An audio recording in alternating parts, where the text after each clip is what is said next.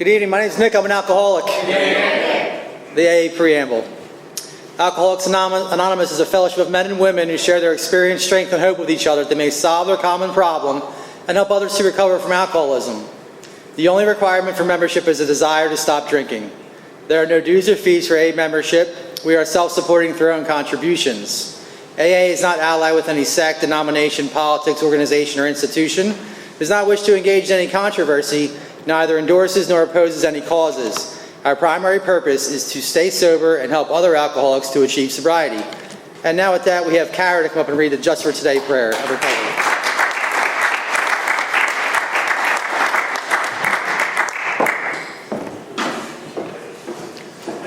Hello everybody, my name is Kara. I am an alcoholic. Welcome everybody. Just for today, prayer of recovery. Just for today, I will be agreeable. I will look as well as I can, dress becomingly, talk low, Kara.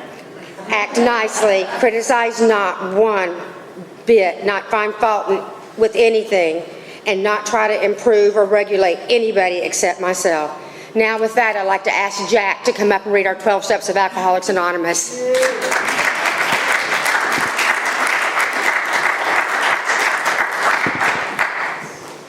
Hello everyone, my name is Jack. I'm an alcoholic. It's 12 Steps of Alcoholics Anonymous. Step 1, we admitted we were powerless over alcohol, that our lives had become unmanageable. 2, came to believe that a power greater than ourselves could restore us to sanity. 3, made a decision to turn our will and our lives over to the care of God as we understood Him. 4, made a searching and fearless moral inventory of ourselves. 5, admitted to God, to ourselves, and to another human being the exact nature of our wrongs. 6, we're entirely ready to have God remove all these defects of character. 7, humbly asked Him to remove our shortcomings. 8, made a list of all persons we had harmed and became willing to make amends to them all. 9, made direct amends to such people wherever possible, except when to do so would injure them or others. 10, continued to take personal inventory, and when we were wrong, promptly admitted it. 11, sought through prayer and meditation to improve our conscious contact with God as we understood Him, praying only for the knowledge of the will for us and the power to carry that out. And 12, having had a spiritual awakening as a result of these steps, we tried to carry this message to alcoholics and to practice these principles in our affairs.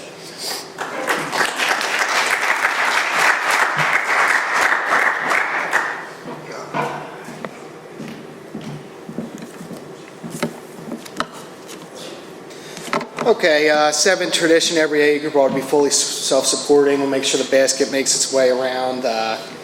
We have no dues or fees, but there are expenses. Any contributions you can afford to provide help us to cover the cost of rent, big books, CDs, events, workshops, the refreshments in the back, so we do appreciate it. There's absolutely no smoking on the church property. If you could just be considerate of that as you're coming and going. It's the church's policy, not ours, so, we get the privilege of holding this meeting in this beautiful place. Really all they ask is we keep the place clean, so just, be considerate of that as you're coming and going from the meeting. Please take a moment to silence all cell phones and to limit movement during the meeting to avoid distractions. And now to introduce our speaker for tonight, a good friend of the Conscious Contact Speaker Group, on loan to us from the Learned and Humbled Group of New York City. Please help me give a welcome to Mike B.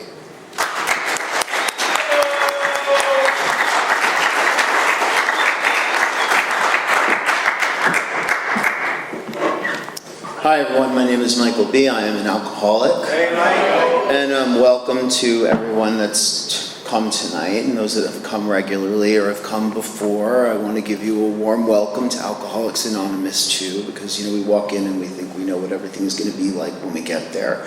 And I'm sure none of you could have imagined someone with this hair. Or this bow tie, which I got in Mexico, and I didn't know where I'd wear it, so I've worn it to speak, because there's really nowhere else you can wear a wooden bow tie. That's the truth. And that's the fascinating thing also, that I will tell you the truth while I'm here. I won't elaborate or make up things or tell you things to seem fantastical. I'm going to tell you a little bit about Alcoholics Anonymous and even less about myself if I'm lucky. And the reason that that's so important to remember before we speak is, and I didn't, only recently, I've been sober since December 29th, 1999, and that doesn't mean I know anything. In fact, the longer you stay sober, the less you realize you know about things. And that's true for normal people that just age. They're humbled by life. They don't feel like at the end of it they know everything about it. And I know that it looks peculiar, but all the people over 50 are nodding, whether externally or internally. And if you're 35, you're like, no way, nah, not gonna be me. And that's because, because hubris befalls us all. And whether we're drunk or not, truth be told, normal people, right? These are struggles that normal people have. Alcoholics, though, have a death sentence if they don't try to advance humility over time. And the reason that that is so important to remember is at 23 years sober, I have to be able to ask for help or I will not stay sober.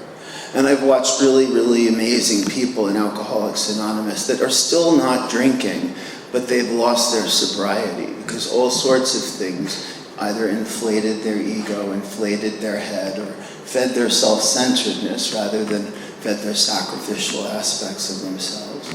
And I came to AA enlightened. I didn't come here like a normal human being. I was already enlightened. I had already meditated, was doing transcendental meditation, I guess is what you call it, but this is in like 1992. I didn't have a name for what I did. I just tried to think of what my feet looked like and not move, and it took a long time, but inevitably I was doing transcendental meditation, and I was able to do all sorts of extraordinary things, like not use alarm clocks. Just look at the clock and say, I'm going to get up at 6:30 in the morning, after, by the way, drinking till 2 a.m., 4 a.m., and I would wake up on a dime. So when I got to AA, I wasn't just, your ordinary drunk that had no spiritual compass. I was already someone who was very spiritually advanced and totally not self-aware. And if you're here and you think that's probably your handicap. We come so well that we don't realize how sick we are. And fundamentally, another warning, if you stay long enough, you're going to get so well that your sponsor looks sick. That's just what happens. Right? You get so well, sponsor looks sick. And it's the same thing. It's all the rebirth of the ego and hubris. But it's deadly for alcoholics. Most people, by the way, that come to AA, that come ordinary, meaning not spiritually enlightened and not spiritually advanced, still suffer from the same exact ego. Like it wasn't any easier for me or harder for me to overcome my ego than it would have been for someone who hadn't done all that stuff. It feels just as hard on the inside, no? Now, what does that mean? Just a little bit of a qualification. By the time I was 19 years old, I was waking up with dried blood in my mouth because I had drank profusely by the time I was 19. And that's a very late stage alcoholism kind of problem, but I was drinking vodka pretty much every day from the age of 13 until I was 19.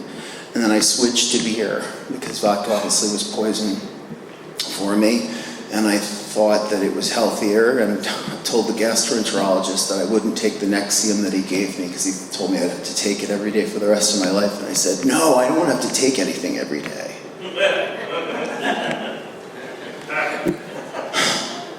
I don't get sober until I'm 25, almost 26, and like I said, I was spiritually advanced, I was athletically, I was gorgeous, better looking than I am now. I was all muscles in the 90s when no guy was muscles, like nobody was muscles except sailors and like some criminals that just, pulled their own body weight all day long. I looked like a walking Venus, I don't know if Venus is male or female though, but I looked like a god anyways, the whole point. And that's a problem. I came and I was in law school, and the reason I came into AA wasn't because I'd been to 4 universities, and burned through all of my savings in the first one and then had to go to gradually cheaper and worse colleges. It wasn't because I had 17 drunk car accidents and 3 cars before I graduated high school. It wasn't because my sophomore year I woke up with dried blood in my mouth more than once before I finally told my mom about it, which obviously made her a little hysterical and made me visit that doctor a couple of times before I stopped going. It wasn't the drug infested relationships or my addictions that were addictions, the ones you could really point your finger at, but it wasn't alcohol for sure. It was because I had gone out and done some canvassing, political canvassing. I have no idea for who or what party they were affiliated with. I'm a registered Republican, and I tell you that from the podium because the name of my paper was the Press Republican in our town. So everybody became a registered Republican. I probably was canvassing for like a Democrat or a liberal. I have no idea what I was doing. Point is, I was that, not tethered to who I was. But I had been good that day. And I only drank for rewards at that point. The way I got into law school and got in that body was I got up every day at 5 a.m. and at 5:25 I walked to the gym, and at 5:30 I was the first person there, and at 5:75 I, was on the treadmill, or I guess I lifted first, and had a whole regimen.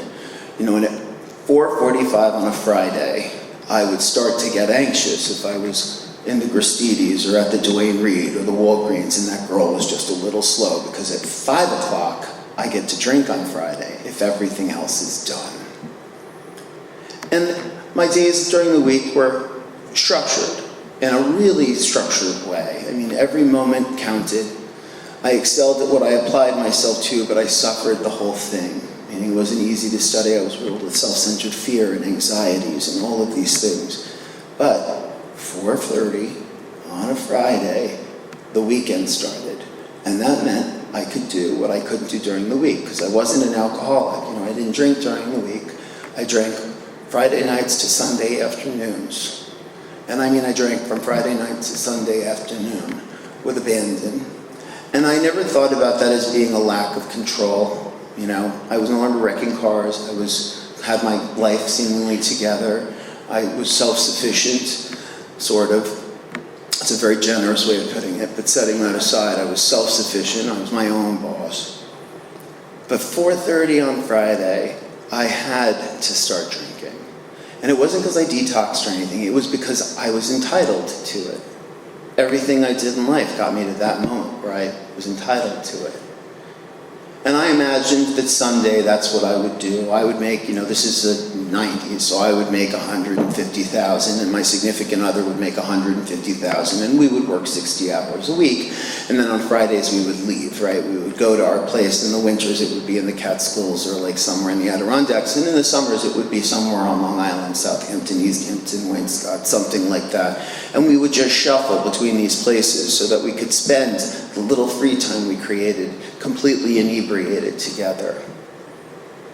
And if your hope is really you're sitting here and you're thinking, someday I just want to have a normal life where I go to work and I drink, you're an alcoholic. A normal person thinks they're going to work and then go out and experience something. And that doesn't mean drink and ski. It means ski. It doesn't mean drink and surf. It means surf. It doesn't mean drink and fine dine. It just means fine dine. And I had no idea.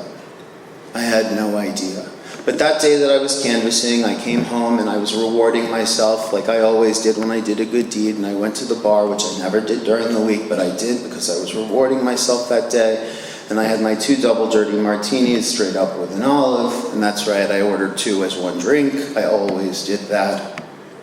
Not because I was an alcoholic, because I just couldn't wait when they would come back to see when you want your second one. That takes a lot of time. So just order the 2 at the gate and you don't have to worry.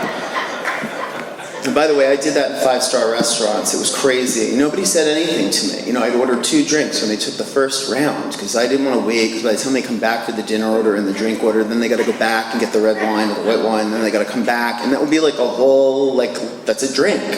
And I would get a drink ready to get. And no one said anything to me, and I don't know if it's because I hung out with other alcoholics or I just hung out with other self-centered people, probably. And they really didn't notice whether I had 1, 2, or 5 drinks. It's more than likely what happened. But setting that aside, that day I met someone, and he was at this bar, and he was sitting there, and he was fantastic. He was incredible, and he was the man of my dreams, and I only had spoken to him for like 6 minutes.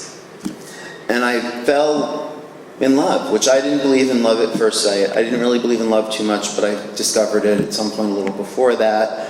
I was too selfish for those kinds of things, but I fell in love, and this guy inevitably tells me that he's out on a relapse from Alcoholics Anonymous. and that he had a drug problem and all of these things. And so I attended my first AA meeting with him. And I had to raise my hand and introduce myself at a workshop in New York City, and I remember they called on me, and I was like, yeah, my name's Michael, I'm an alcoholic. And I felt so dishonest. Every pore of my being knew that that wasn't true, and that I was lying. It wasn't denial at all. It was not true. But I thought, for this guy, I need to know what he's doing. So I'll go, and I'll lie.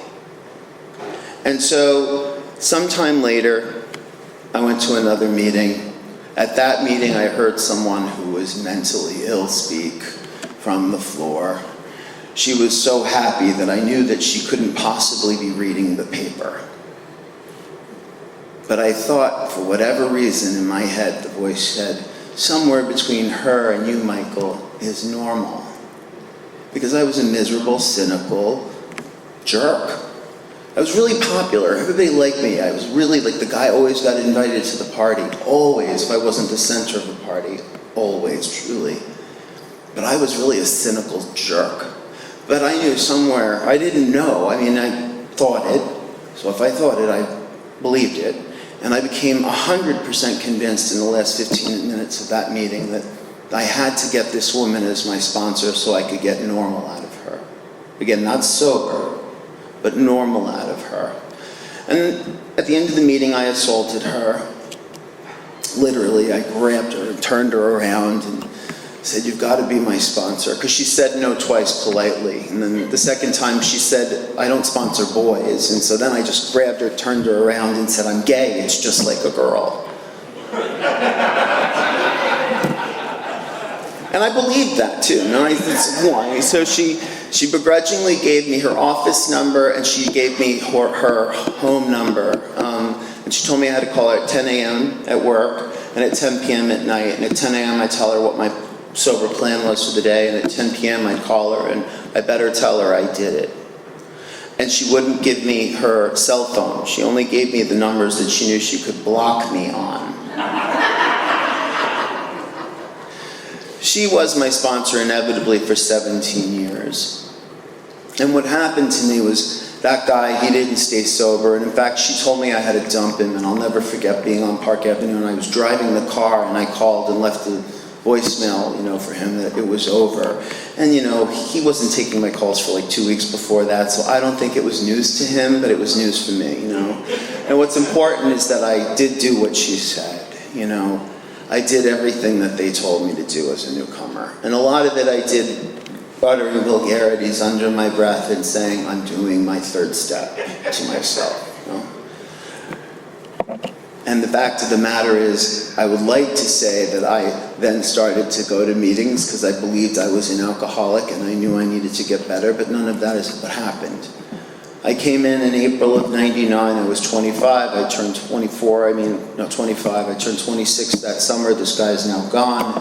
I stay around, sort of sober, counted days several times, and then I went home for Christmas, which is something no newcomer should do, and if you're home now, go away for Christmas, don't stay home for Christmas.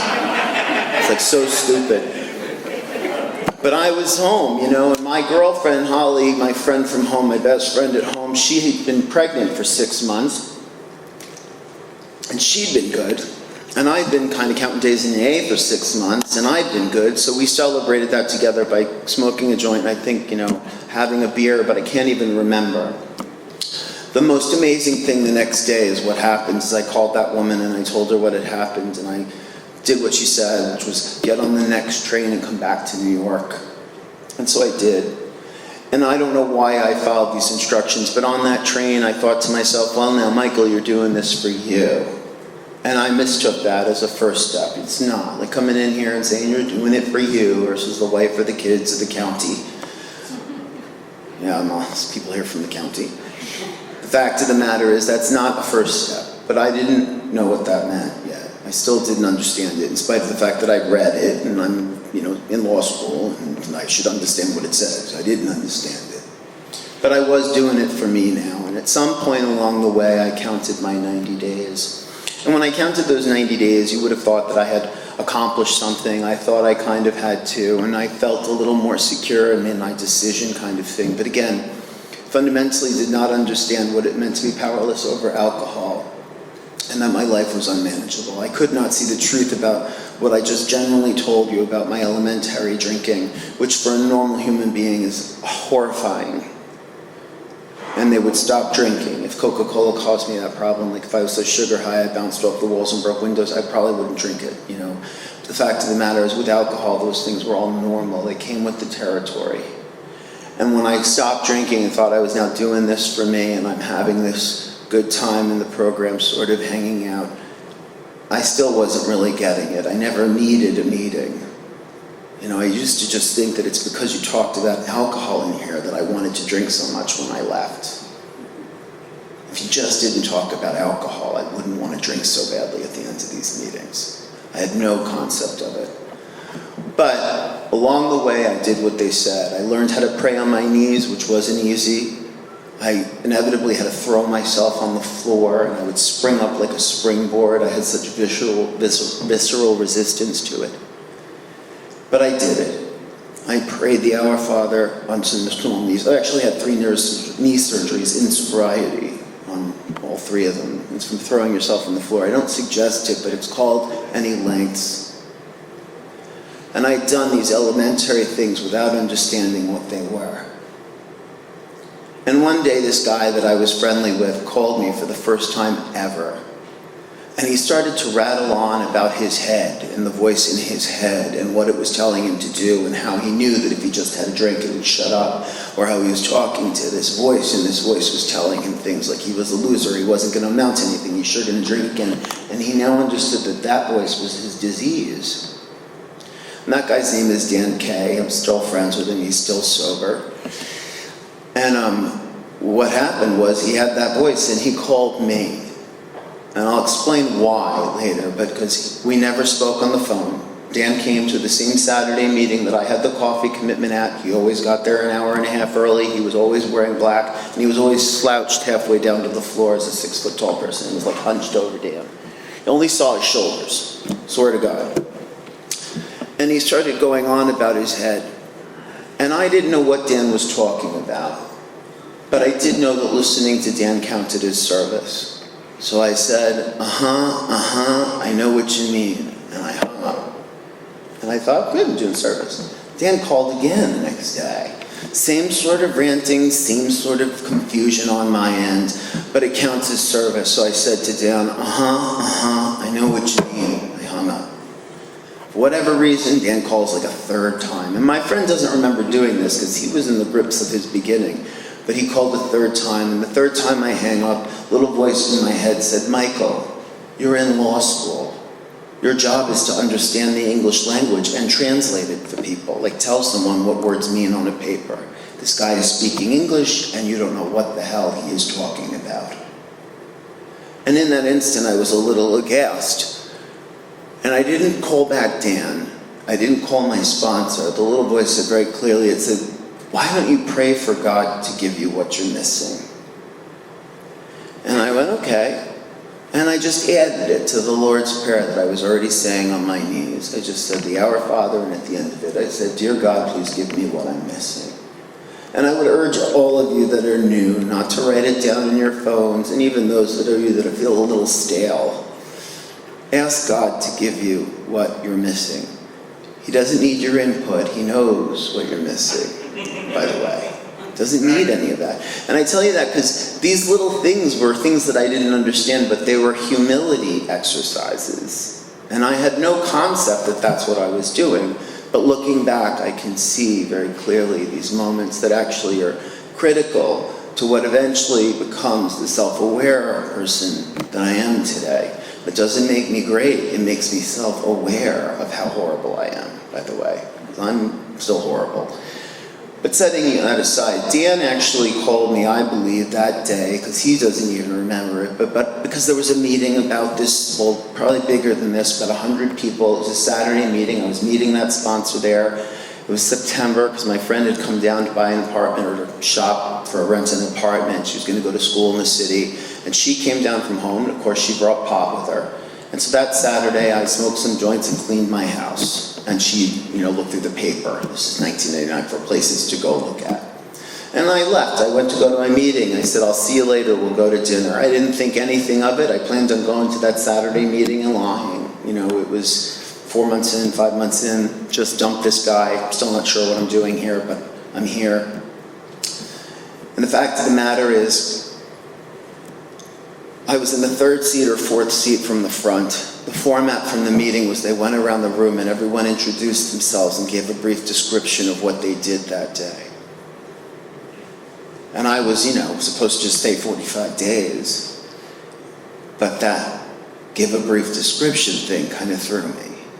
And I remember the second he said it, I comprehended it, and then I thought, oh my God, when am I going to start to tell the truth? If I don't tell the truth now, when will I? That's what the dialogue in my mind was.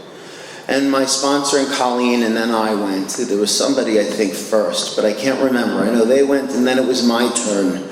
And out of my mouth, I had not exhaled since they said that. I had inhaled and was just deciding, And it finally got to me and I just bluttered out, my name's Michael and I'm not even sober. I spent all day smoking pot and cleaning my house. And then I had to keel over and hyperventilate. For those that are swimmers or big basketball people, you know what I'm talking about. Literally I had to bend over and to get my equilibrium back. And I know that Dan was way in the back, and we weren't that friendly, but I know that impacted him. I know it did, because that 9 months later, he decided to call me. And I know it's because he thought I had something, that exercise of a little bit of honesty made him think I had something that I really didn't have. And when he called, I didn't have that. I just had these moments of dialogue where for whatever reason I listened to this little voice in my head. Now what happens? I start saying that prayer. I don't know how many weeks go by, but after saying that prayer for several weeks, I woke up one morning and I was elated. Elated. So elated. It was crazy. It was better than any sensation I had ever had in my entire life. Excitement. And I started to stretch in my bed. And I heard suddenly my grandmother saying something to the housekeeper. And I heard a little voice in my head said, oh my God, that is not dead yet. And I'm still feeling elated and stretching in bed. And then I hear a response from one to the other, and the housekeeper must be answering. And I hear a little voice say, oh my God, doesn't that you-know-what know I pay her bills? And then I roll over on my side and, stretching, rolling, and I hear the stove close, which is probably what opened.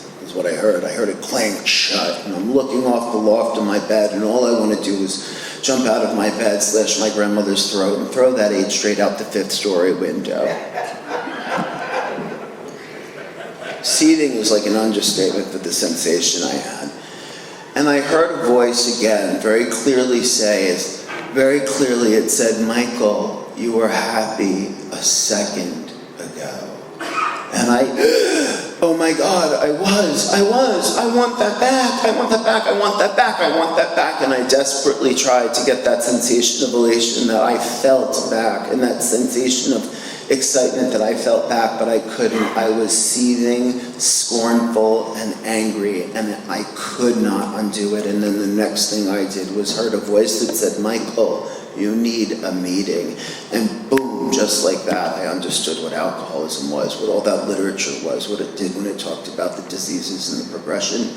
I understood that my drinking wasn't drinking. I understood the car accidents weren't normal, and that the cars weren't normal, and the 4 colleges weren't normal, and disastrous relationships were not right, and that they all stemmed from alcohol. Because fundamentally, I knew I was going to be miserable in that bed from that moment until 4:30 on Friday.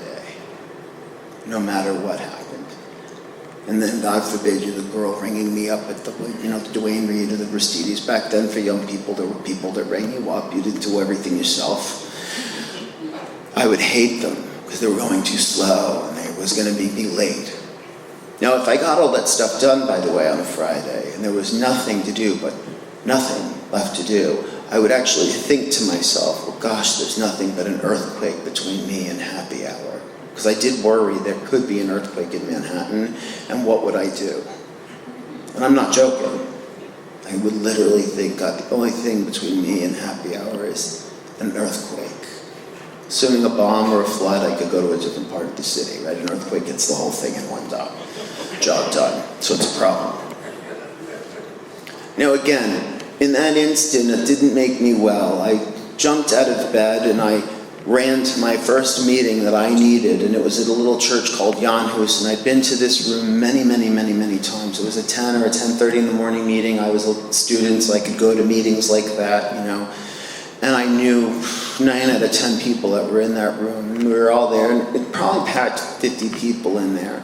And I sat down in the chair, and I had, like I said, didn't even brush my teeth. I jumped out of bed and went directly to this meeting. And I sat down, and all of a sudden it realized, I look at all these people, I know who they are, I recognize them, they've seen me before, and I heard a voice say, these people have been here the whole 9 months. None of them made sure that you knew what alcoholism was. And I started to hate them, just like that. And then I heard another voice, as clear as day, say, Michael, you came here 9 months and didn't know what you were doing. People can be here 90 years, 9 years, 10 years, and not know what they're doing here. And that is the most truthful statement I've ever heard from my head. And that's, by the way, learn truth. Once you stay here for a while and learn how to work the program of AA and try to emulate Bill's story in your own life, and you'll find that it was just as lonely for Bill as it probably will be for you. That individual in that instant suddenly became worried about you. I sat in the chair and I couldn't believe it. I had to make sure you knew. And how did I know you didn't know? Because you didn't make sure I did. And all of a sudden, all those people in that room, I understood, didn't have anything. Because if they did, if they had this experience, they would have made sure that I knew that I had alcoholism. And I didn't get angry. I got impulsive. It was an impulse to do help, but I couldn't say or do anything. I didn't have enough time. I didn't know anything, but I needed to make sure that you knew you had alcoholism. So I went to 2 more meetings in the next couple of days, and I couldn't get past myself to walk up to anybody. I did tell my crazy friend Nicole about what had happened. Went with her to this one meeting on a Saturday a couple days later, and I said, no matter what, at this meeting, I am going to help somebody. I am walking up to somebody. I have to. And it was a little meeting with a big, huge round. It was a little meeting with a huge round table in a church. And then we walk in, and we're at one end, because of course we get there right before it starts. And all the way at the other end was a guy that introduced himself as just getting out of Seafield, which is a rehab on Long Island. And it was his first meeting. And I grabbed Nicole, and I said, it's going to be him. So what happens? I walk right up to that guy after the meeting. I said, I hope you don't mind. My name is Michael. Alcoholism is I said, I hope you don't mind. I'm gay. My name is Michael, and alcoholism is a real thing, and I have it. I apologized for the essence of who I was, because I was so self-centered. But there was no stopping that thing from getting there. Like, I could not stop it. And if it meant I looked like the biggest dweeb on the planet Earth, it became an irrelevant factor, because it was a wall of water that was unstoppable coming from inside of me. Now, I normally would tell this story and not accent that as relevant, but because what happened to me was in that hour I had the 12-step experience that Bill describes in the literature and in a vision to others, etc. A vision for you, and other chapters of the literature. And I went from being someone who was sort of diffident and standoffish to someone who could not stop getting involved in everybody in AA's business. And not at their brass like sort of getting in there and making sure that I helped them, not told them, helped them. And the old timer in that group, I went back, I had gotten rid of that sponsor, Peggy, after about that 6-month period, because I met a guy at a gay meeting who was gorgeous, and I wanted him and everything he had. And I'd asked him to be my sponsor. And so this April, when this happened, I had this guy sponsor, and I said to him, I need to rework the steps. We need to redo them now. I understand I'm an alcoholic, and I understand that I'm powerless, and I also have to help people. We've got to make sure that I get this work done immediately, because I'd already done it. Like, I had written the fourth step, etc., and I wrote an honest fourth step. I didn't need to rewrite these things, but I wanted to go over it with him again. And he said to me, Michael, write a gratitude list. And I said, no, you don't understand. I have to rework the steps right now with someone. Write a gratitude list. And I said, I need to do what the literature says immediately. I am not kidding. And he said, write a gratitude list. And I said, I really appreciate your help, thank you. And I hung up. I never called him again. His name is Handsome Rob. We're still friendly now, but I got Peggy back as a sponsor for 10 seconds. And she said, no, call my nephew. And her nephew became my sponsor at that point. And I explained to him what had happened, and I read him that inventory. And I had written a thorough inventory that was honest. So at this point, I've read it to this woman, kind of to Rob, and I've read it a third time in 9 months to someone else, which also kind of hammers in the truth in an inventory if you read it 3 times in 3 months, right? And if you did an honest one. Now, the point of that is that I did all these things thinking that I would, immediately be recovered, right? Because that's what the literature describes. In a little sentence, it says we are recovered, but what it means is we're recovered for like the minute that just passed. It's never the one you're in. That's why it's in the past tense. Hey, no, it's the past tense. It's not present. But try telling that to a sober alcoholic and they lose their mind. So just remember, when you say that, you're talking about the old you. Try saying you're just an alcoholic when you're in here. But setting that aside. When I went back and did the steps again, instantly nothing changed. But what happened was I became this guy who had to walk up to everybody he didn't know and make sure he introduced themselves. Did they have a sponsor? Are they working the steps? And I became this kind of AA. And there was an old-timer that had started the group that I attended at the time, and he recognized that something had happened to me, and his name was Van L. I happened to have his original big book in the car. He died in 2006. And he wasn't my sponsor. He was my sponsor's best friend, who also started that group. And he recognized this, and all of a sudden, he was horrible to me. Horrible, horrible, horrible. Sit over there, do over that. Michael, you made me do the decorating committee. Like, this happens in like March or April, and they have a big dance for the group. He's like, you're helping me do the decorations, the dance. Like, he made me do these things. And I wasn't like my sponsees. Van said, meet me at 4 o'clock or do this. I didn't say, well, I think we should. None of that happened. The people that helped me got sober in the 70s. They were helped by people that got sober in like the 50s. There was no debate. When they said something, it was over. You just said yes. There was no saying no either. You just said, sure, no problem. I mean, if you had classes, if you had a funeral to go to, your own, okay. But Van wasn't even my sponsor, but he started to tell me to do things like, I'm not picking on you, but I wasn't allowed to wear hats in the meeting, and so we're at a big meeting, he said, Michael, take your hat off, in front of like 70 people, no?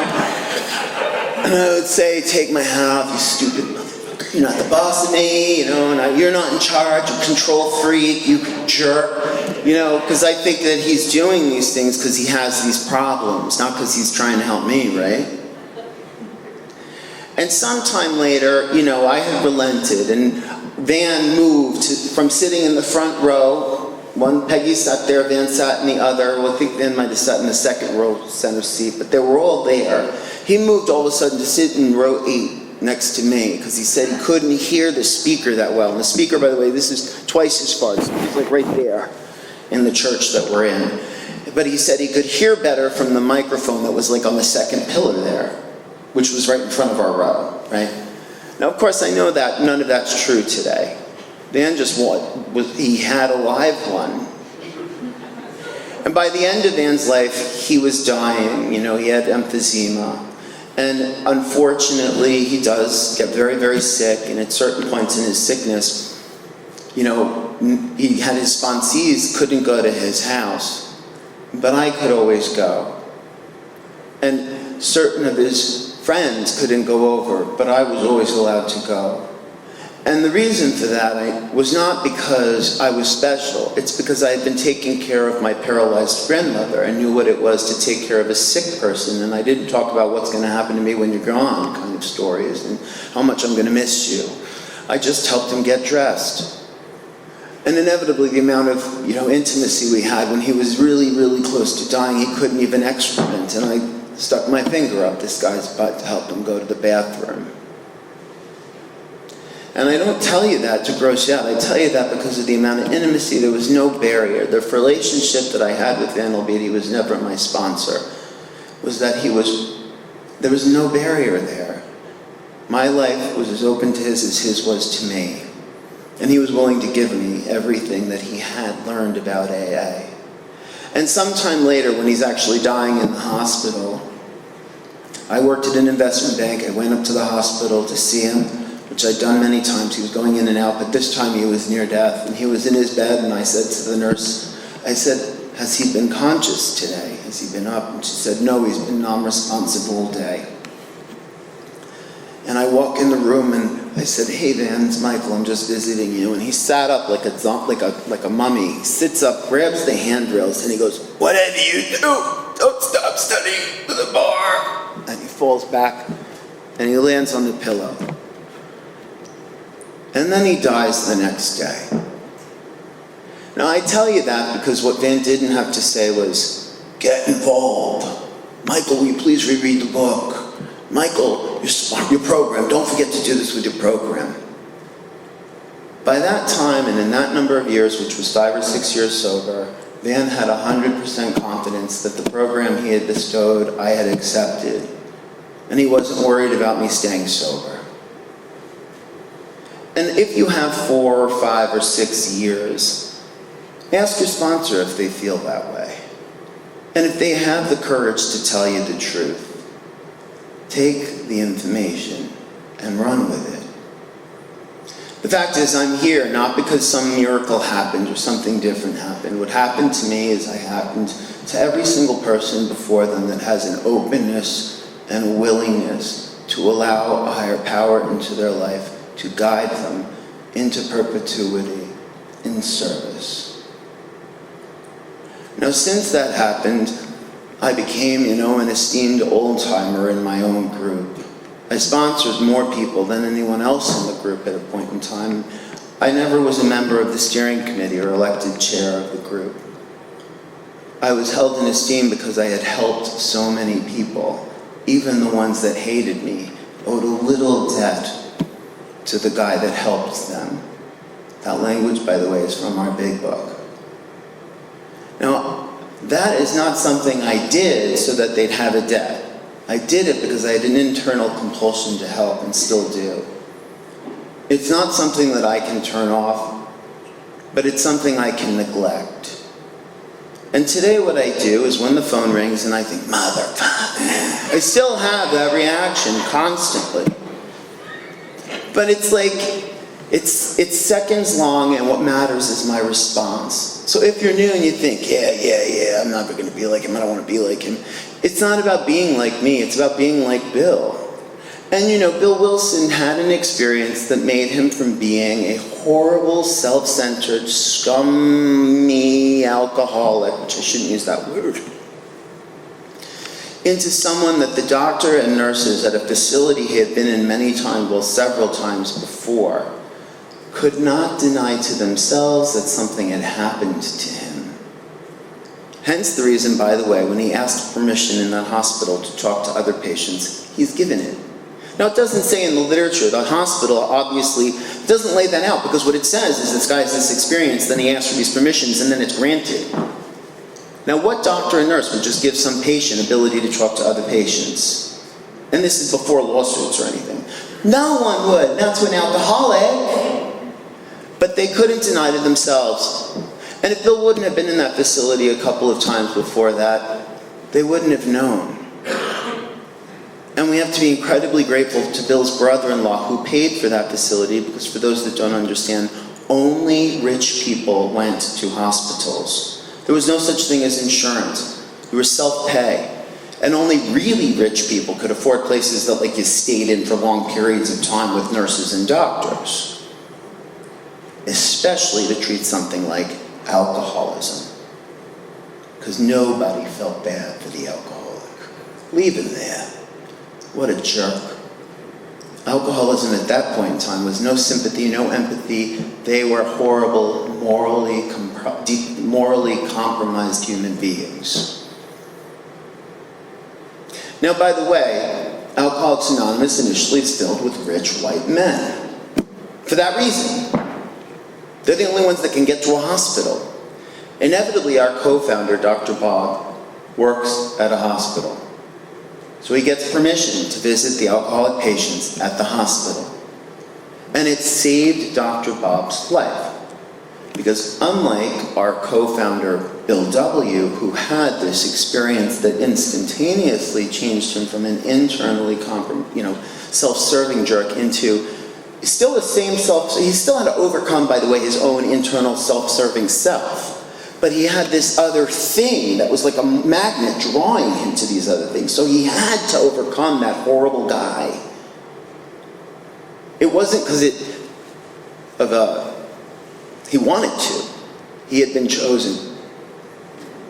Now, co-founder Dr. Bob didn't have that experience. In fact, our co-founder Dr. Bob writes very clearly in his story, but again, misunderstood by most people that read it. He says, I thought of little else other than drink for my first 2 years. And that's almost a verbatim quote from that sentence. Can anyone confirm? Yes? No? No? Everyone recognizes it. Well, if you're an alcoholic, and the kind they were writing to and the kind that I was, you know what that means. You are not thinking of new people. You were thinking of alcohol. He doesn't mean sometimes, and after you brush his teeth, or after I had lunch, or before I went to work. He means all the time. I thought of, and he writes it specifically. He doesn't say, I thought of alcohol in the evenings. That's why I worked at the hospital after. I thought of little else other than alcohol. The mental obsession for him was not alleviated.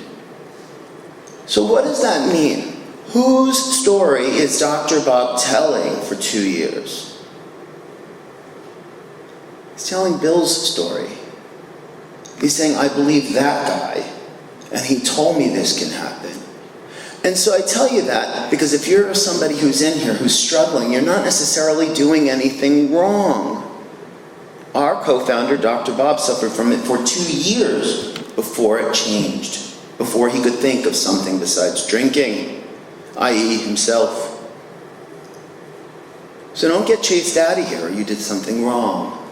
We have 2 examples in AA of how to do this. One is an instantaneous change, and then we have the slow educational variety, which is our co-founder, Dr. Bob, because he couldn't and didn't think of anything other than alcohol. Now, I had this other experience. That other experience did not make me popular, doesn't make me better, it doesn't make me anything except willing to help you. So now when I do 12-step work, and when we do 12-step work, what we say in our literature, and what you're supposed to have this sort of expression and feeling, meaning this compass, is it says to the new fellow after we've learned about him, potentially learned him in our book, it says when we give him this piece of literature, we tell him to read, he says when we leave him that first time after this conversation we have, tell him that we will do anything to help him stay sober. Now, how does an alcoholic who's self-centered to his core do anything to help someone else stay sober? Turns out you can't. What you have to do is come to rely on a power greater than yourself to help you be that person. So by doing this work, in spite of how you feel, you learn an increasing reliance upon a power greater than yourself, because I am always an inch shorter than the bridge I need to get where I'm going. And a higher power is what closes the gap. Over time, that relationship I have with that higher power has not been always endearing. I've gone bankrupt a couple times, not really broke, I should say, but destitute broke, medical reasons, stupidity reasons. I've had 2 spinal surgeries, like I said, a lot of knees, I've developed all sort of weird conditions. Like an inch away from, if I get hit by a bicycle, I'm a corpse, basically I'm dead. So you better get everything you can out of me now, no? all sorts of things. My mother had a stroke, was left with dual aphasia. She couldn't talk when I was 6 years sober. The same year Van died, actually. My mother had a stroke. My grandmother that I lived with for 7 years dies finally. 2 months later, my mother has a stroke, is left incapacitated. That December, Alda dies, my other grandmother. She was the woman who lived at the bottom of the stairs that I took care of. April, my employer, well, she was my boss, Sarah Hewitt. She taught me how to work and be the person I am in terms of my professional abilities. She was my work mentor. She suddenly dies of a heart attack in her sleep. And a month later, Van dies. So I lost my AA mentor, my employment sort of mentor, friend, my maternal influences, all in a period of 6 months. Well, from June until April, so 8 months. In my 5th into 6th year sober, 6th into 7th. And I remember thinking, well, what do I do now? Like, what am I going to do? And a little voice said, Michael, you have what you need. Now you just give it away and I'll teach you the rest. And tragically for me, I invited in a higher power. And the more we invite in a higher power, the less room on the stage we take up. Hence why humility is so important. I've now come to discover that my God, anyway, is an incredibly gracious God. He will not and does not feel any need to be up here at this podium talking to you. If I want to be here, he will not get in my way. He will let me stand here and be the boss of the show, long as I want to. No matter how bad it gets or how stupid or how tied up I find myself, he'll wait till he's invited. And so what I do now is I try to remind myself on a daily basis to invite my higher power onto the stage, which means I've got to be humble enough to go stage left or stage right, whatever you find fancy. But it's very difficult because this microphone, it's the most seductive place to be. It's hard. Who doesn't want to be the star of their own show? This is my life. It's my turn. Etc., etc., etc. All self-centered, selfish thinking. Unwillingness to share the stage. Now, how does that work? You know, it means that sometimes the show is a tragedy and sometimes it's a miracle. And I've had horrifying coincidences cause horrible things, and then I've heard amazing coincidences that don't happen to normal people. Those things are not what I live for. And like I said, I've been destitute and I've been privileged. And when I was destitute, no one knew. I had sponsees that made over $1 million a year, more than one of them. None of them knew that I had no money and was destitute broke like welfare broke, by the way. Because I was injured. I should have sued someone, but setting that aside, my spinal cord was compromised for over a week before they did the surgery. Your brain does not work. I did not know that. I'm a sophisticated, at that point, attorney. Everyone thinks I can handle things for myself, and nobody else got involved. And so I lost a lot. I didn't even know I was on welfare, actually. I thought I'd apply for disability or something, and I didn't know for like the first year, truth be told. But I never told anyone. And when eventually I started sharing this was when the episode ended, when it was over. And the reason is twofold. Number one, it was hard enough to go down to that office or go to those appointments and do those things. I didn't need to have it twice. Once when I had it, and then two to tell you about it. But the second thing was to remember to make it look as easy as possible.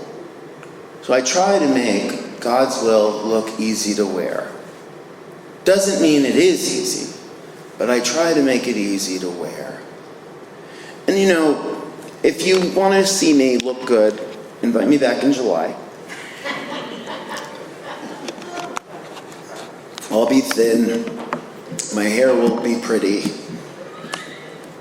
By the way, my hair is like, it's crazy. It looks like it's fake. Everyone asks me if it's real. I want to cut it off, but I get so many compliments. I'm not doing that because nobody's complimenting anything else. So...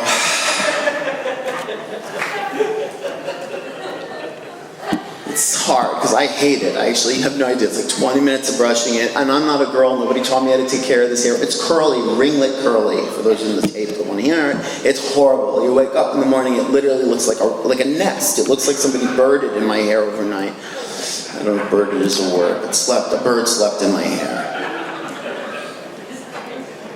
But, you know, I'm going to exercise a little self-will and get myself thin, and hopefully this year get my career back by reducing medications that I have to take for my damaged nerves that maybe I won't have to take if I get thin, and they can give me some sort of spinal cord stimulator thing, which means they're going to go back in there and thread a needle up my spinal cord, and it has little prongs on it that'll shock me all the time.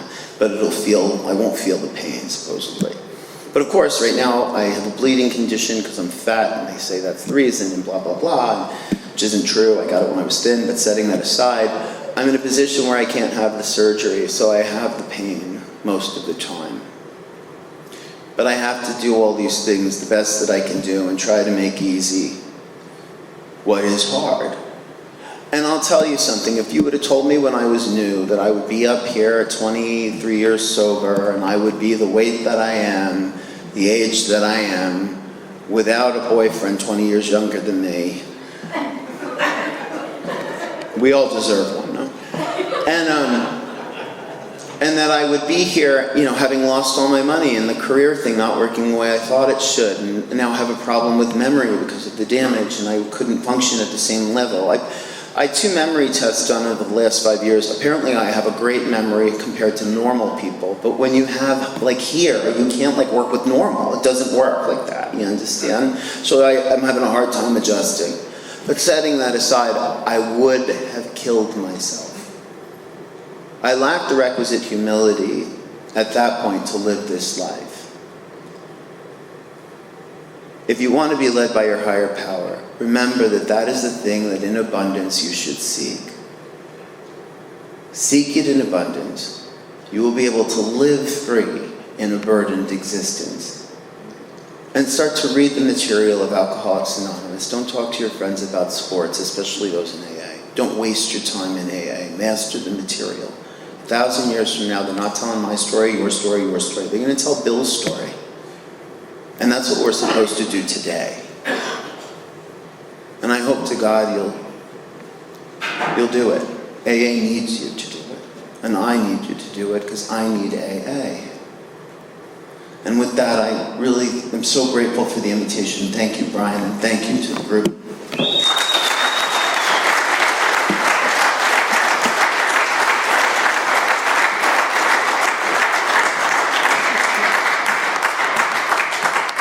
Michael, thank you so much for coming here tonight and sharing just a powerful message of hope and recovery. We're right up against it here, so a couple quick announcements and we'll get out of here. Again, the food and the fellowship for this group starts at 8 o'clock every Saturday. Feel free to show up early, hang out with us, enjoy the refreshments. There's always a meeting after the meeting. If you want to get involved and help out with the group, we can help us. We could probably put some chairs away. We got to put away all these chairs in the front here. The ones on the tables will stay back there.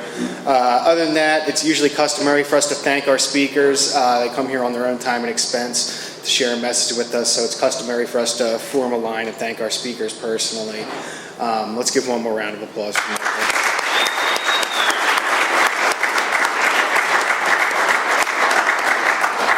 And if you do care to join us, we do have a nice way of closing.